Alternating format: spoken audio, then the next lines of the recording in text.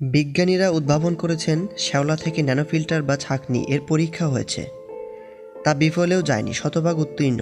শ্যাওলা থেকে তৈরি বিশেষ শৈবাল খুঁজে বের করেছেন ঢাকা বিশ্ববিদ্যালয়ের উদ্ভিদ বিজ্ঞানের অধ্যাপক মোহাম্মদ মোজাদ্দেদি আল-ফাসানি।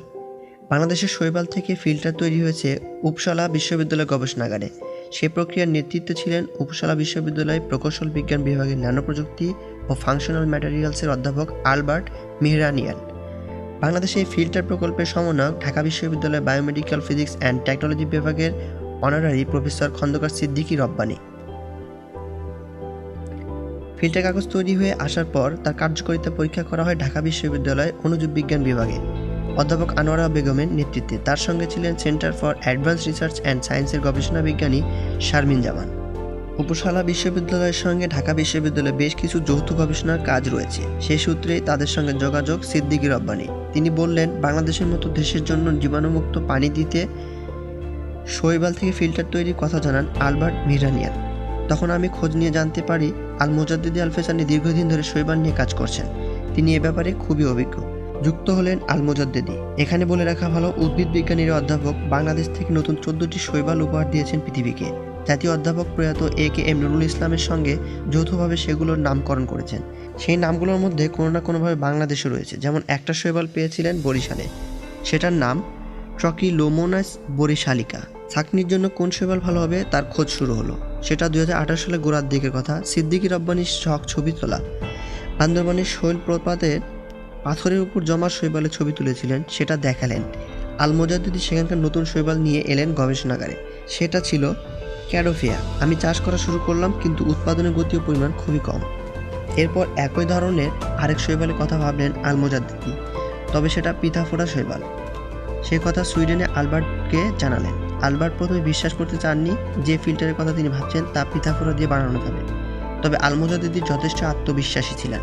এই শৈবাল নতুন নয়, তবে একে এরকম কাজে আগে ব্যবহার করা হয়নি। সিলেট অঞ্চল থেকে পিতাফোরা এলো ঢাকা বিশ্ববিদ্যালয় গবেষণাগারে। আমরা অবাক হয়ে লক্ষ্য করলাম এই শ্যাওলার গ্রোথ খুবই ভালো, 3 দিনে দ্বিগুণ হয়। মাটি, গোবর সার, পানি দিয়ে ভালো ফলন পাওয়া যায়, বললেন মোজাদ্দেদি আল-ফাসানি। তখনও উপসালা পক্ষের গবেষকদের মনে সন্দেহ, এই শ্যাওলা দিয়ে ন্যানো ফিল্টার কতটা সহজ হবে। এরই মধ্যে পিতাফোরা শৈবাল পাঠানো হলো সুইডেনে। সেই পার্সেল নিয়েও কাণ্ড কম নয়। সিদ্দিকী রব্বানী বলেন, বাতাসে পুরোপুরি শুকনা করে প্যাকেট করা হলো।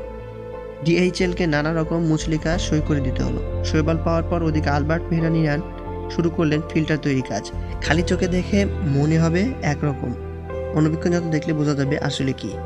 সুইডেনের উপসালা বিশ্ববিদ্যালয়ে আলবার্ট মেহরানিয়ানের নেতৃত্বে আধুনিক প্রযুক্তিতে তৈরি হলো বাংলাদেশ থেকে পাঠানো শৈবাল থেকে ন্যানো ফিল্টার। সিদ্দিকী রব্বানী জানালেন, এই ছাঁকনিগুলো ফুটো 17 ন্যানোমিটার, ফলে ব্যাকটেরিয়া ও ভাইরাস এতে আটকে যায়। বোঝার জন্য চুলের সঙ্গে তুলনা করা যায়। মানুষের একটি চুলের ব্যাস 60,000 ন্যানোমিটার, ফলে বোঝা যায় কি পরিমাণ ক্ষুদ্র ছিদ্র রয়েছে এই ফিল্টারে।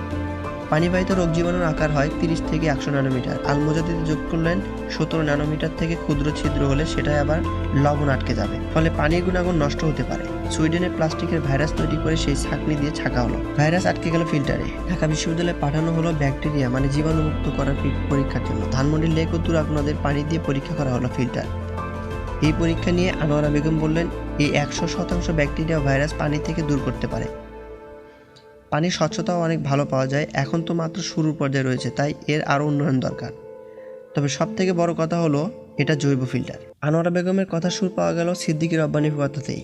এখন এই ফিল্টার দিয়ে পানি ছাঁকতে প্রচুর তাপের প্রয়োজন হয়, আর সময়ও লাগে বেশ। সাধারণ মানুষের ব্যাপক ব্যবহারের জন্য আরও গবেষণা, আরও প্রযুক্তিগত উন্নয়ন প্রয়োজন, সে কথা জানালেন আলবার্ট মেহরানিয়ানও। ইমেইলে আলবার্ট বলেছেন, পিতাফোরা থেকে সম্পূর্ণ জৈব ন্যানো ফিল্টার তৈরিতে আমরা সফলতা পেয়েছি, তবে সাধারণ মানুষের কাজে লাগাতে দরকার এই ফিল্টারের ব্যাপক উৎপাদন।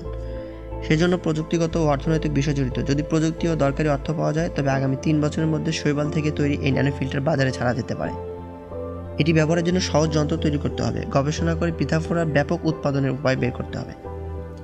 শুধু এই ছাঁকনি নয়, পিতাফোরার আরও সম্ভাবনার কথা বললেন সিদ্দিকী রব্বানী ও মোজাদ্দেদি আল-ফাসানি।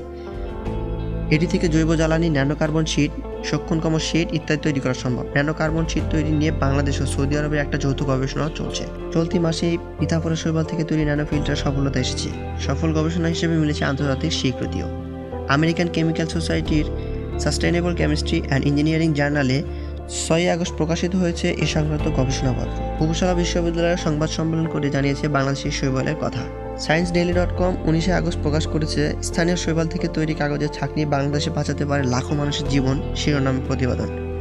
অধ্যাপক আনোয়ারা বেগমের একটি কথা এখানে উল্লেখ করা যায়, ভূগর্ভস্থ পানিতে আর্সেনিক থাকে, তাই ভূতলের পানি উপরই আমাদের ভরসা করতে হবে। নদী বা জলাশয়ের পানিকে পুরো বিশুদ্ধের পর পানের উপযোগী করে দিতে পারে বাংলাদেশের শ্যাওলার থেকে তৈরি এই ন্যানোফিল্টার। এখন শুধু দরকার একে হাতের নাগালে আনার।